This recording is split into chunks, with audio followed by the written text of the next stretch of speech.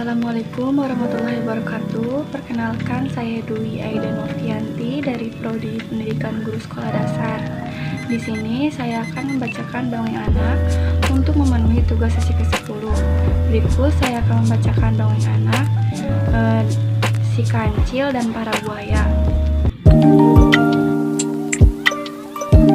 Pertama, di suatu hutan belantara hidup banyak satwa, salah satunya seekor kancil yang cerdik. Di sebuah hutan belantara yang luas tinggal beraneka ragam satwa, salah satunya seekor kancil. Kancil yang satu ini dikenal memiliki kecerdikan yang luar biasa. Tak hanya cerdik, kancil pun dikenal sebagai satwa yang ramah akan sesama. Seperti suatu pagi, ia melihat seekor induk bebek yang tengah berenang bersama anak kancil. Kancil pun yang sedang berjalan menelusuri hutan menyapa bebek tersebut. "Hai bebek, asik sekali kamu berenang." Begitupun kepada satwa-satwa lainnya. Sepanjang jalan tak henti menyapa, ia disapa. Itulah kancil dengan keramahan yang selalu disegani banyak satwa di hutan itu. Kedua, kancil sangat disegani semua satwa hutan karena keramahan dan kecerdikannya. Tak hanya ramah, kancil yang terkenal akan kecerdikannya ini juga sering membantu satwa-satwa hutan dalam memecahkan masalah. Banyak satwa yang datang ke kancil jika mereka memiliki masalah kancil pun dengan senang hati membantu dan memecahkan masalah kawan-kawannya. Seperti suatu ketika saat tengah berjalan menelusuri hutan, ia menemukan 3 ekor anak ayam yang terperangkap di lubang yang cukup dalam bagi mereka. Kancil pun segera menghampiri anak ayam itu dan turun ke lubang tersebut untuk membantu mereka yang terperangkap.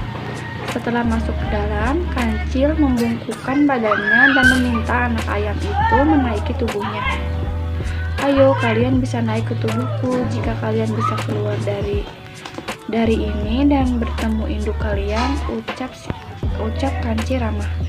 Setelah semua anak ayam berhasil naik ke tubuhnya, kancil pun melompat keluar lubang dan berjalan menemui induknya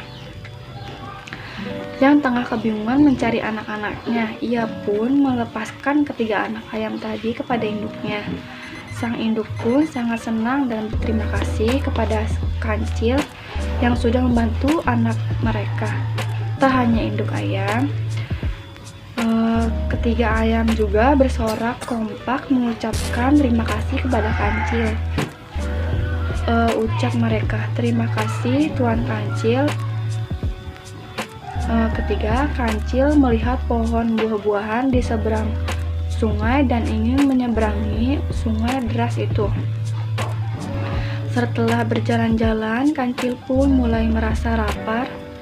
Ia menepi untuk memakan rumput yang ada di sekitarnya.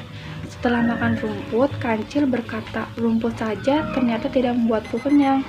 Kancil kemudian terus berjalan di tengah teriknya matahari hingga dirinya tiba di sebuah sungai yang ada di dalam hutan. Ia mendekati tepi sungai untuk sekedar menghilangkan dahaga. Setelah berjalan-jalan dan makan tadi, setelah puas minum, kancil yang tengah membandangi sungai langsung berbinar ketika melihat sesuatu yang menarik ada di seberang sungai. Hal yang membuat tertarik ada di seberang sungai yaitu pohon buah-buahan yang dapat menghilangkan rasa laparnya tadi. Namun derasnya air sungai tidak memungkinkan kancil untuk menyeberangi sungai tersebut. Ia pun mencari cara agar bisa menyeberangi tanpa bahaya. Sampai suatu ide ia dapatkan, yaitu mengelabui para buaya yang ada di sungai itu. Keempat, kancil menyeberangi sungai dan mengelabui para buaya yang ada di sungai itu. Seekor buaya keluar ke tepi sungai menghampiri kancil yang terlihat senang. "Hei kancil, ada apa kamu ke sungai? Apa kamu mau menjadi santapan kami?" tanya buaya itu pada kancil. Kancil pun menjawab pertanyaan buaya dengan senang hati. Aku mempunyai berita baik untuk kalian semua. Aku membawa daging segar dari raja dan diperintahkan untuk menghitung jumlah buaya yang ada di sungai. Kalian cukup berjajar di sungai dan nanti akan aku hitung. Merasa senang mendengar kabar Kancil membawa daging segar untuk ia dan teman-temannya, buaya lain. Buaya tadi kemudian menyanggupi perintah Kancil dan memanggil seluruh buaya yang ada di sungai untuk berjejer hingga membentuk jembatan. Sudah siap, kata semua buaya bersemangat. Kancil pun dengan girang melompati buaya dan pura-pura menghitung. Para buaya yang sudah berjejer membentuk jembatan itu. Setelah sampai ujung, Kancil pun melompat ke tepi sungai, lalu ia berkata, "Terima kasih para buaya, berkat kalian aku jadi menyeberangi sungai ini." Setelah berkata seperti itu pada buaya, Kancil langsung berlari kencang meninggalkan buaya yang marah kepada perbuatannya. Kancil pun dengan bebas memakan buah-buahan yang ada di seberang sungai untuk menghilangkan rasa laparnya. Terakhir, pelajaran yang bisa diambil dari cerita Kancil dan para buaya. Pesan moral yang dapat diambil dari dongeng anak Kancil dan para buaya, yaitu Kancil menipu buaya agar bisa menyeberangi sungai dan mendapat keinginannya. Itu kemudian membuat buaya menjadi sangat marah kepada Kancil.